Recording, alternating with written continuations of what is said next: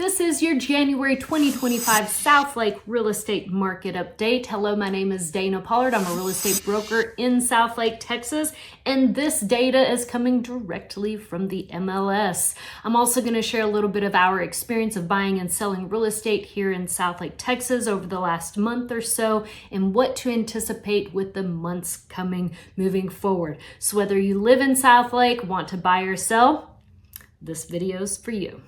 First up, this is the price trend in Southlake over the last few years since 2019 now to January 2025. It has gone up, but if you've seen over the last couple of years since that, 2022 market, it has been a little volatile as well as trending sideways. Here are the prices for each month, the median home price, closed properties for Southlake. This last month they closed on average, or the median is 1.13 million in Southlake, Texas.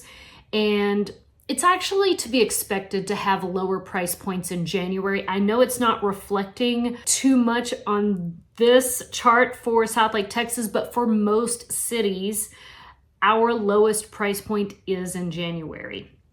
Southlake is just, it's a pretty hot market, even though it has slowed down since the 2021 boom. Typically, don't let the 1.13 scare you, it is typically lower. If you average the years out, then they started in 2020 at $838,000 was the median price, and it has gone up year over year with the exception of 2024. It went down slightly to 1.25 million, but I do anticipate that it's going to be going up with a normal selling season in April, May, June, okay? Here are the number of sales in Southlake, Texas. 19 homes sold in January 2025. What I like to compare it with is last year, 18 homes sold. So we're on par year over year. And I do anticipate, just like this graph says, for the selling season to the amount of homes being sold in Southlake to go up. That is normal, which is why I feel like that 1.15 median home price is going to go up in the near future. Here's the consecutive days on market. The average for January, it was 74 days. It went down slightly from last month of 104 days, which is significant. When we've been shopping with buyers, it feels like it's a buyer's market.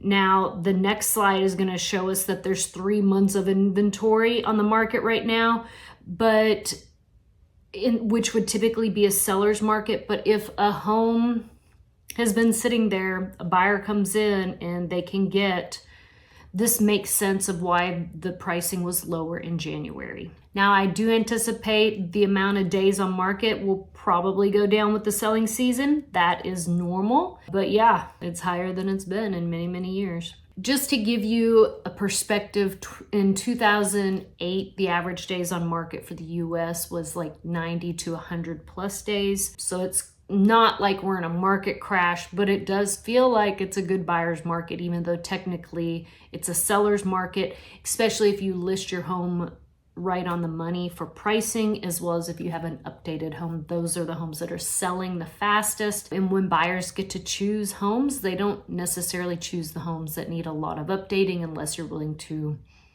price your property accordingly. Again, here's the months of inventory supply. We have 3 months worth of inventory. If all the buyers in the market purchased a home right now, we'd only have 3 months of supply. That was down to really less than a month back in the hot days. Three's a good average. It feels healthy, actually. This is your price per square foot ratio. In January, price per square foot averaged out was $342 price per square foot.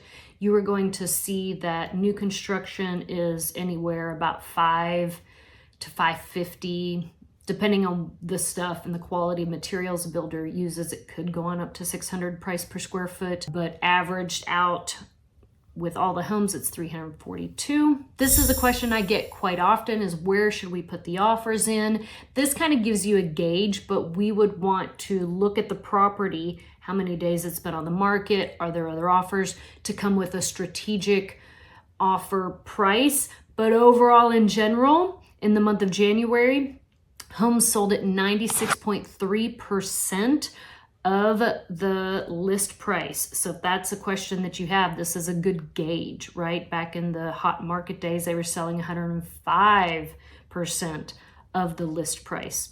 That can give you a good idea, but again, if you are a buyer wanting to purchase, we just look at every single house because they have different factors that can affect where you want to put the offer in at.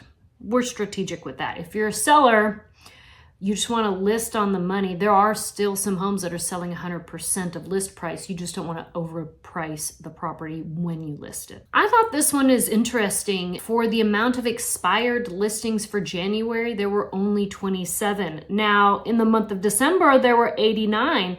But 89 is kind of normal, right? That's not an odd number, but to only have 27 in the month of January, that's pretty good. So that's it for January 2025 market update for Southlake, Texas. If you want to buy or sell a home, I'd be so happy to help.